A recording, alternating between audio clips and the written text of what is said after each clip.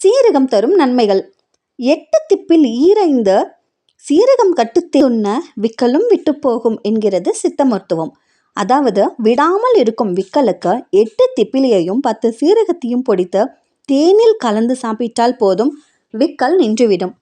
உணவு செரிமானம் ஆகாமல் எதிர்த்து கொண்டு வரும்போது சாதாரண தண்ணீருக்கு பதில் உணவிருந்தும் போது இளஞ்சூடான சீரக தண்ணீர் குடிக்கலாம். சாப்பிட்ட கொஞ்ச நேரத்துக்கெல்லாம் வயிறு உப்பிடுது அப்படின்னு வருத்தப்படுறவங்களுக்கு இது ஒரு அருமருந்து. சீரகத்தையும் ஏலக்காயும் சம அளவில் எடுத்து நன்கு இளவருப்பாக வறுத்து பொடி செய்து உணவுக்கு பின் 1/4 ஸ்பூன் அளவு சாப்பிட்டு வர இந்த பிரச்சனை தீரும். சீரகத்தூளை வெண்ணெயில் குழைத்து சாப்பிட்டு வர எரிச்சலுடன் கூடிய அல்சர் நோய் தீரும். சீரகத்தை தனித்தனியே கரும்புச்சாறு, எலுமிச்சைச்சாறு, இஞ்சிச்சாறு, முசுமுசுக்கை சாறு ஆகியவற்றில் 3 நாட்களுக்கு ஊற வைத்து வெயிலில் காய வைக்க எடுத்துக்கொள்ள வேண்டும்.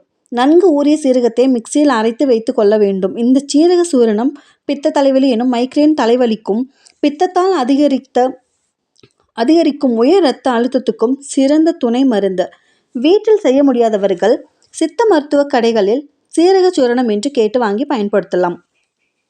இஞ்சியை தோல் சீவி சில மணி துளிகள் ஈரம் போகும் வரை உலர வைத்து அதே அளவுக்கு சீரகத்தை எடுத்து இரண்டையும் பொன் வறுவலாக வறுத்து எடுத்துக்கொள்ளவும்.